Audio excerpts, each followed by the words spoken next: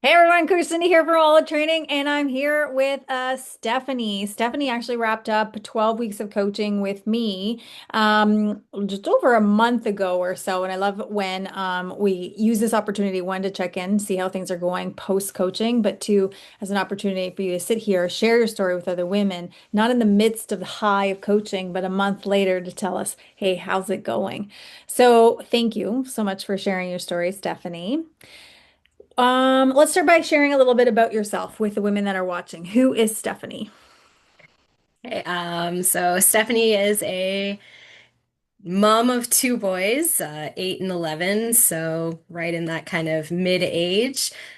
She's a wife to a busy IT husband who fixes all of her computer problems because she has many of them. She's a high school teacher who commutes into London to work. So that kind of sums that one up. She's also very type A. Um, It'll make kind of a little bit more sense as we go why type A is such a significant factor in who is Stephanie.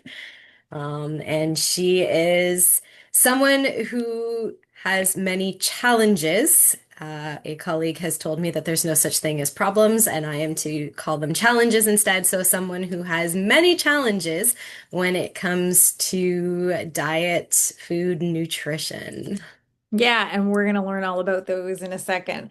Let's start off. Okay, so paint a picture for the women that are listening here. Like, where was Stephanie at, like, before coaching? What was going on that you were like, I need coaching here? So traditionally, like when I was younger, things always kind of worked out where it didn't matter what I ate. I was active enough that I could go and I could burn it off. I wasn't necessarily changing sizes or weights or fluctuating a whole lot. I tried to maintain that and was like, it's okay, kids, fine, we can still deal with this. And then I had an injury, and now I live vicariously through my children so that I don't require any types of surgery. So my activity level greatly decreased. I was one of those people where it didn't matter what you told me about, oh, you can try yoga, or you can try a low impact, or you can lift weights. For me, it was running, sweating, soccer. That was the only thing that was going to really work. Then all of a sudden, I started having all these different health issues and diagnoses with things that I could and couldn't eat. So then all of a sudden, I was like, what can I eat? Here's my bowl of rice. Where do I go from here? Kind of thing. Then I started life, started to get busy, where all of a sudden I started to prioritize everyone and everything over myself. And I just kept throwing myself at the bottom, throwing myself at the bottom. And then that continued. I was coming home. I was tired. I was exhausted. I was cranky. I was on medication for health. I was on vitamins and supplements and doing all of these things, and nothing was working. I was eating every hour. I was looking for caffeine hits. I wanted to nap. And it didn't matter what I did or what tests said or anything along those lines. I couldn't make it past 2 o'clock in the afternoon. So I was like, something needs to change. Um, my kids are angry with me. My kids are fighting. My husband and I essentially sit on the same couch, but we don't actually look at each other or communicate with each other. So I was just like, there's too many things now for me to just say, bandage this, come back to it later. Let's just focus on this. So it was one of those things where I was like, I need something more than just one tiny thing. Yeah. Thanks for sharing that because I think that that's going to resonate or land with a lot of women that are watching this because there's two things is one, we wait until there's too many balls in the air, too many balls dropping, I guess, to make a move. And then when there's too many balls dropping, it's often like, I just don't know where to start. I just don't know where to go. There's like, I feel overwhelmed and I just don't know my way. What made you feel like this was kind of where you needed to go? Um, I tried a couple different things earlier. So, like when we had first started talking, I'd mentioned I was like, oh, I signed up for boot camp. I went and I worked out like every night for an hour and I saw these great results, but all I did was boot camp. So it was 6 weeks or 8 weeks here and there, and it was intense physical activity, which for me, I was like, yeah, this is great, it's awesome. But then the physical activity stopped. Mhm. And then it was I didn't know what to do. If I wasn't being forced into the physical activity, I was like, okay, I'm still eating the same. I'm still ignoring the same things. I'm still super busy with work. And now that I don't have to carve out an hour for a mandatory fitness class, well, that hour is going back to work, or that hour is going back to eating or napping or something. So I needed something different than just 20 or early 30-year-old me is going to get enough from let's go work out, because it didn't matter how much I did those boot class sessions, it always came back. I never had the energy, I never had the diet. It needed something else. Yeah. Okay, so let's break it down. So for because not everybody that's watching this has coached with me before or has tried so many different things that they're like, it's just impossible for me. I just, I feel so lost or I just feel like it's never going to happen. So break it down. So let's start with nutrition because you kind of said, hey, I had so many different challenges around nutrition. So tell, I guess, the women that are watching this a little bit about your challenges and the kind of the challenges that we overcame through coaching. Yeah, sure. So it's been ongoing for a really long time. When I was younger, starting to enter university, it didn't matter what I ate, I was always sick. Lived in Europe for a year, came home, probably one of my heaviest years ever. And like I ran a horse track every single day when I lived in Europe, thinking that that was going to fix it.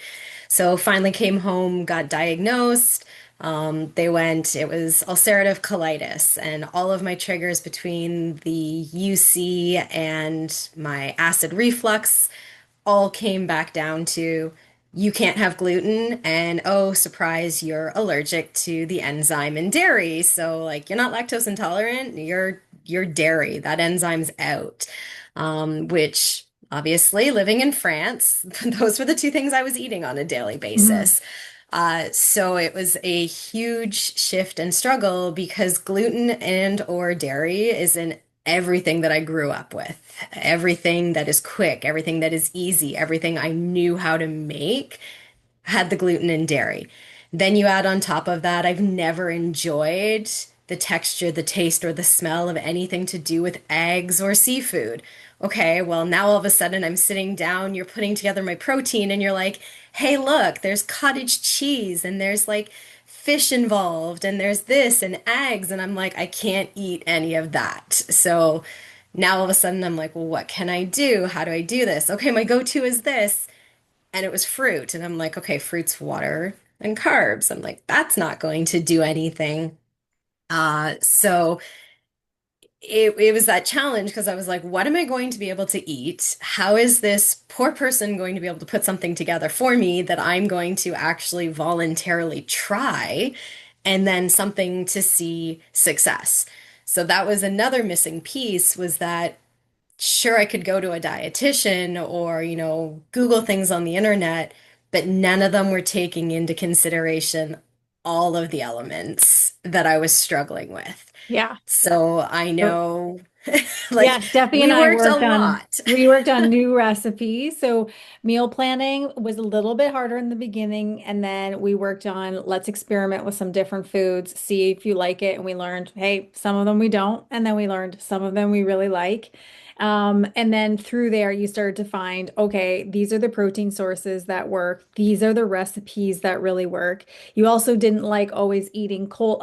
You couldn't warm foods up, so you had cold foods. Then you had long soccer days at the BMO field. And so you're like, what do I pack for those? So there was lots of different layers of elements around food, which involved us kind of going back and forth and trying to experiment to kind of get you to where you needed to be to feel your best, to fuel your body and to support your hormones, but also your weight loss goals. Hmm. Yeah. Oh, yes. That was lots of fun times. Yeah, but I always liked looking at your food journal because it was like this was really yummy, and then you'd see it for a couple days more or whatever, or it's like, oh no, this was really good. Because one of the things you also did is like you would say, hey, I'd eat, and then the reason why I would stop eating wasn't because I was satisfied or full, it was because I just lost interest in food, and so the way food was presented to you or the way it tasted was really important to you, but it was a struggle. The other thing you used to do is you used to eat a little bit more often throughout the day as well. Talk a little bit about that. Yeah, so when I was first diagnosed, because everything was so inflamed and so problematic and everything like that, I struggled to sit down and eat a meal. It triggered way too many symptoms. So my specialist at the time had said, well, let's switch you over to grazing as opposed to meals. And so the foods that I went to that were kind of like those soothing ones happened to be the ones where like I was eating something every hour or every hour and a half throughout the day. So I was on okay, I got up at this time, I have to eat something here, and then I have to eat something here, and then I have to eat something here. So it turned into more so I don't know when I started to have it kind of healed, and I don't know when I should have been pulling back off of that. All of a sudden, eating just turned into I have a routine and I have to eat at this time, not because I'm hungry, not because I want to, but because I have to, Mhm. kind of thing. That's where the type A comes in, guys. Yep. Yeah, yeah. I love that you laid that out. I love that you laid it out like, hey, because a lot of women will come to me and be like, either I'm like a foodie or it's like, oh, but I'm really particular about food. So I love that you highlighted that. I love that you also highlighted the fact that, hey, you made it work for you and your family as well. And then in the fact your kids got into like helping you prep as well, right? For meals too. Oh yeah. Yeah, they love it now. Hopefully they're better in the kitchen than I am eventually. But yeah, no, they're getting into it. We have our meals. We're all just as excited now on Saturdays. It's our big, you go into London, you're stuck at the BMO Center for 5, 6 hours at a time. And they already know, okay, well, Mom, we're gonna grab this today, and we're gonna put together this type of meal. So they already enjoy doing things like that. Or both of them now have re-registered again for cooking classes because they're like, oh, this is kind of fun. I want to be in the kitchen. I want to learn this. So it's kind of neat to see them and I think it stemmed from like the planning. So yes, type A in me always planned for the meals and we always had the same meals on rotation. But then when we started changing those meals, when we started experimenting with something new each week, it kind of had my boys were like, oh, wait a minute, we can experiment, we can try something new. So they got into the Yeah. planning and they got into well, this is my enjoyment piece, this is my soccer day meal. Yeah. Love it. So let's talk about exercise because there was two parts for you. Is one is the movement piece. So, you went from a little movement to walking your dog routinely to you and Matt, your husband, now using it as a source of connection time as well. And then you briefly touched on like, hey, I had an injury. And so then we were like, kind of working our way into workouts as well. So talk about a little bit about like the exercise piece, the physical stuff that we did. Yeah, so we started like way back at the beginning because it kind of needed a shift in my success, fail with the intense boot camp style thing and realizing that I couldn't do that style anymore. So it was just a matter of intentionally moving every single day. So not letting myself become sedentary or sitting at my desk at work or poor posture at work. It was that conscious every single day you're doing those intentional steps and going for the walk, which then translated into my dog being super happy because I was like, all right, I'll take you for a walk every single day because it gives me that purpose. It gives me that, hey, you need to get out of the house. You Yeah. need to do something. So we started with the dog and then realized that when I was happier and when I was out moving, my husband, yeah, Matt would sit there and he'd be like, well, wait a minute, why am I sitting here? Why am I working extra hours when you're leaving, you're working, you're walking, like you're enjoying it? So then it turned into, well, we can take the dog for a walk or we can go for a short family walk, but let's go for a bigger one. Let's go for a longer one. And we used that to kind of reconnect and talk because it kept both of us off our screens. It kept both of us from doing just that little extra bit of work now that the kids are in bed. It gave us that kind of purpose to move into it. And then once all the walking happened, as odd as it sounds to me, you had pointed out the fact that, okay, well, when you're walking, you can improve your posture. And in improving your posture, you're going to work on your feet and how you're placing your toes. And then all of a sudden, how you're standing and the whole trying to straighten up your shoulders when you're walking is, your core and building all of that. To all of a sudden, it was like, okay, I'm sleeping through the night. My back isn't sore. Something walking and moving is doing something. So then all of a sudden we were like, let's build in some of those exercises. Let's get those weights involved because something changed and now the walking and that movement has improved the posture enough to let's try something else. Yeah. And you and Matt have done some of those workouts together, but you've even post coaching, you're still consistent. And you even just said, even before we talked briefly, you're just kind of saying, like, I mean, it's exciting to pick up the heavier weights now. Yeah, it is because I was always one of those ones like my sports, my go-to were always lower body. Like I was soccer and I mean field hockey, I guess I kind of needed a little bit of upper body strength kind of with the stick, but not really. It was always the runner. I was always the sprinter. It was always my legs. I knew my legs had power, but I never worked anything else waist up because I was like, I cannot do it. I can't do a push-up. I can't strength train my upper body. So now to kind of flip that and recognize that, okay, my arms can do this weight at this exercise, or I can start to improve the weights at this exercise, or sure, my legs, they're still way stronger, but that's okay. Yeah. So it's kind of neat to see all the different weights now laid out on the floor because it's dependent upon what exercise you're doing. Are you grabbing the fives? Are you grabbing the eights? Are you grabbing the tens? Are you grabbing those 15s? Where are you at? And to actually see it moving up was kind of cool. Yeah. Meets your teacher side for sure, right? Yeah. Yeah.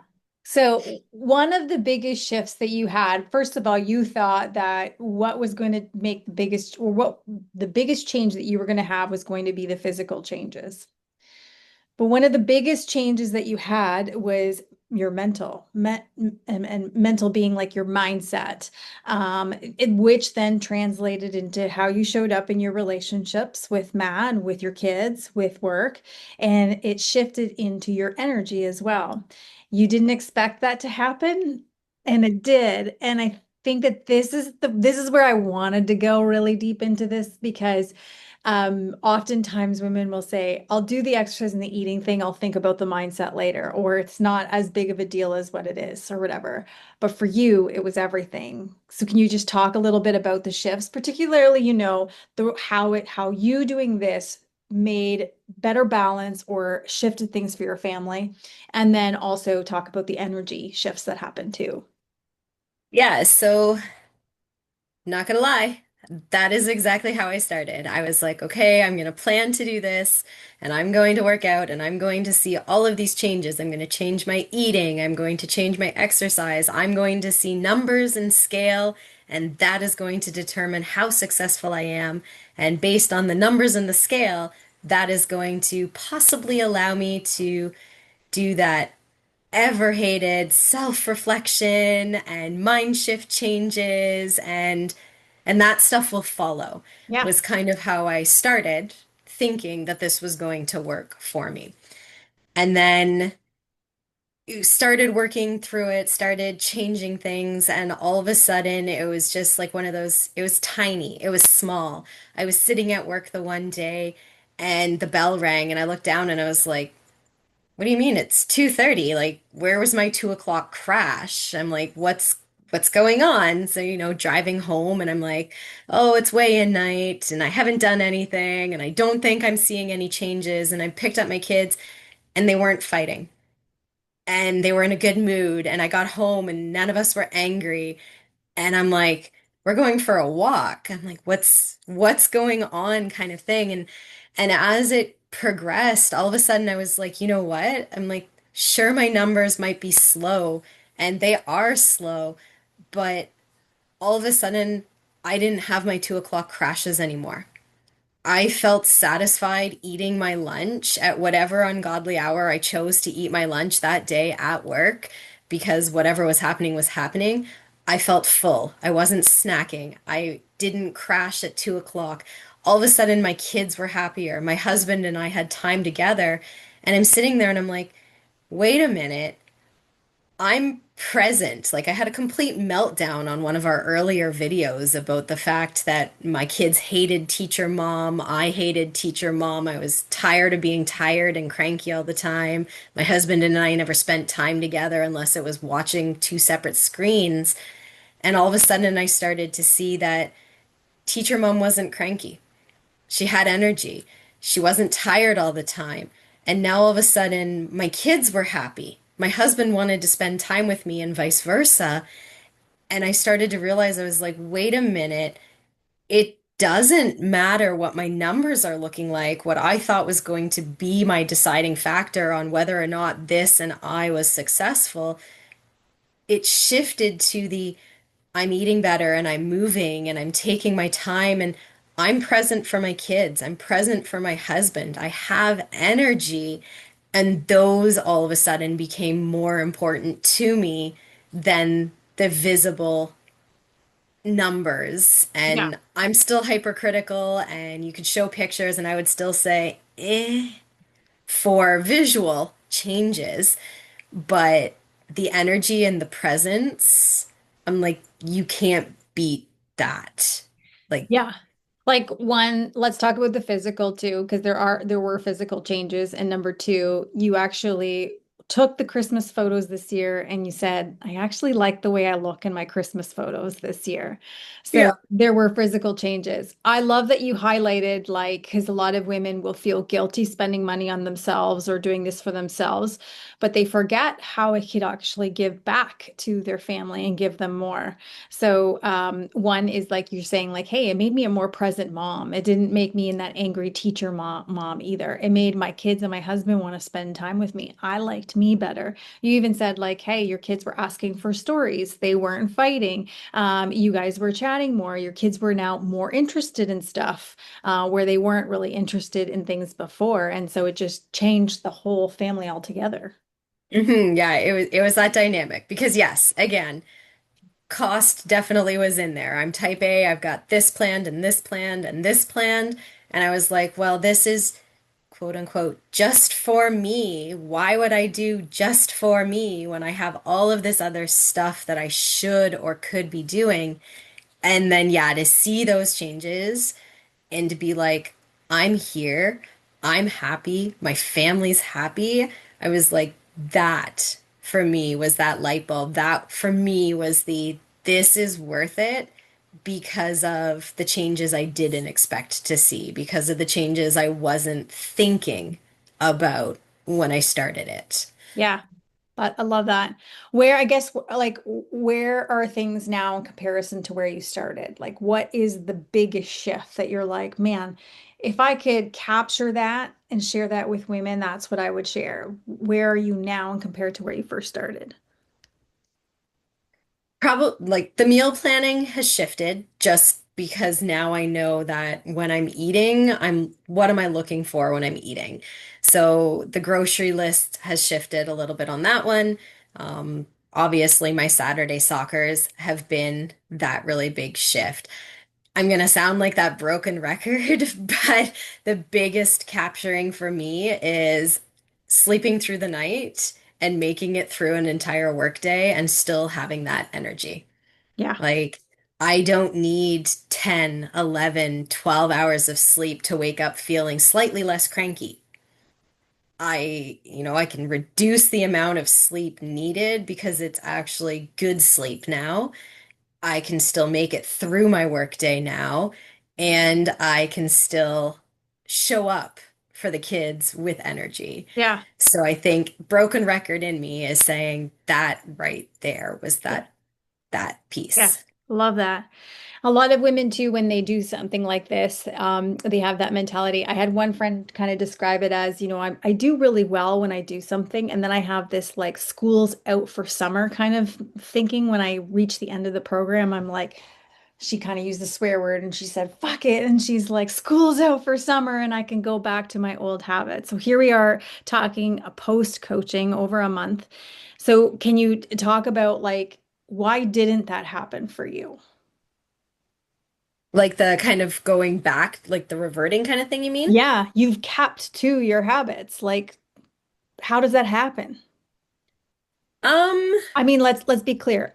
I believe it like I'm speaking specifically for women who have that mentality of like I'll do this 30, 60 or 90-day thing and then I'll just revert back.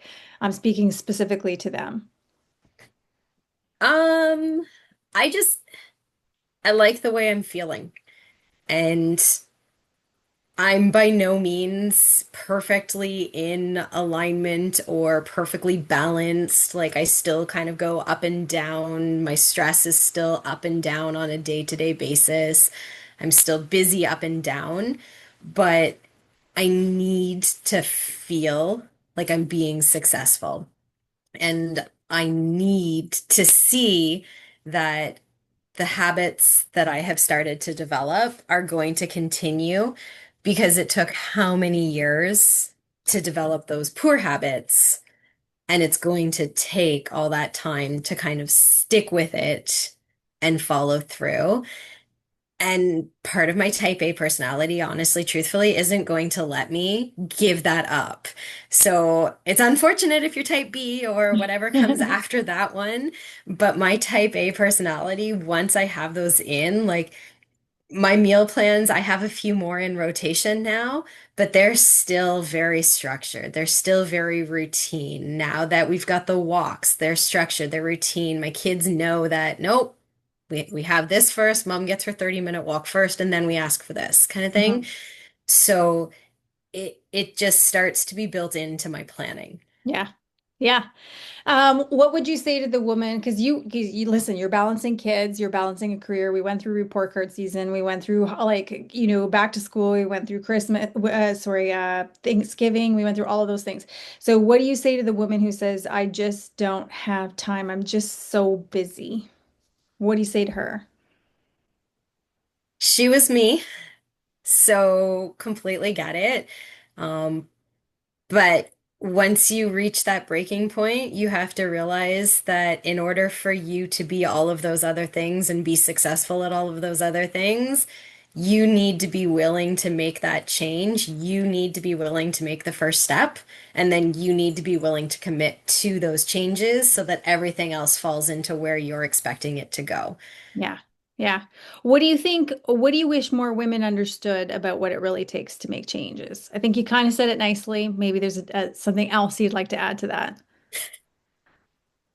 Um, I don't know, like, I don't know. I feel like it is that kind of that nice, that diplomatic. You kind of almost have to get over that hump of what is somebody else going to think or how is somebody else going to feel. And it's kind of that, you know what, screw it. I just have to do this. I Yeah. just need to get that starting point, and I need somebody, my car breaks down and I'm going to pay somebody to fix it for me because I don't know how to do it myself. I have put myself last for so long. I am going to pay somebody to get me back on track because I can't do it myself. Mhm. So I kind of started to equate it to that, where it's kind of like, you know what? If you have time to complain about where you're at, you have time to make changes. So I tell my students, comply, then complain. But when you're complying to things and when you're changing things, there's nothing really to complain about. Right. Yeah. So, Yeah. Great analogy there. Last question. What does taking care of yourself mean to you now versus before? um, so now it's kind of I'm unapologetic when I come home and I'm like, I'm going for a walk. I don't really care if anyone wants to or cares to join me. Um, I'm going to meal prep, and if you don't want that for tonight, here's your option, but this is what we're having kind of thing. So at this point, it's kind of that unapologetic. It's the I need to do this and I need to continue with it. And if everyone else follows suit, great. But if not, well, here's your tools and figure it out kind of thing. I listen, I love that. Some women might be saying like, oh, whatever, but I'm saying like that is the best way to empower your family. To show like this is what it means to take care of yourself. This is what it means to not settle for scraps, but this is also what it means to help you create and develop the tools so that you then can empower yourself to choose. I Yeah. think that is like that's how we want every individual in the world to kind of be is in an empowered state to choose versus having, all the choices. Because a lot of women will say like, I have to control everything. I have to be involved in everything in every micro decision. And you're saying, let me teach you and help you develop the tools. And then let me give you the option to decide for yourself. I still definitely lean more towards the I'm going to control you part. That's still in my nature. Let's not forget that one. But yeah, like it's one of those things where I'm apparently somehow or other, by the time the snow goes away, my children are convinced I'm going to learn how to run. Hmm. Like, apparently, mom can learn to walk, and mom can learn to lift weights, and mom can learn how to make better food for everybody. So, mom's apparently also now got to learn how to run. But one of my two children enjoyed that, and one of them never did. So, the fact that both of them have now seen that mom is trying and can be successful in small ways, it's one of those things where I've always tried to tell the boys, you don't have to be amazing at everything you do. You just have to be happy and improve at what you're doing and enjoy it. And what better way than to show them, hey, look, mom's making changes. I threw out numerous meals and went to my fridge and went, all right, peanut butter and jam sandwich for mom tonight and try again tomorrow. Like they saw me try and they have seen me falter. I'm hesitant to say fully fail because I did get back up the next day. So they have seen me falter and they have seen me keep going. They have seen me break down and they have seen me come back and try something else again. So I want them to see that so that they learn themselves that it's okay to falter. It's okay to try something new and it's okay to need somebody else to kind of push you in that new direction Yeah. because ultimately that's how you learn. Yeah. Perfect. Thanks so much, Stephanie, for sharing this with other women. I think it's going to land pretty great with a lot of women that have been on that fence or trying to, DIY it themselves and trying to put all the pieces together. And I think you kind of nailed the nail on the head in the sense of like you painted that, where you were, you painted like where you have been through coaching and where you are now. I think you're frozen. I hope you can hear. So I think it's definitely going to resonate with women. So thank you. I think she's frozen, guys.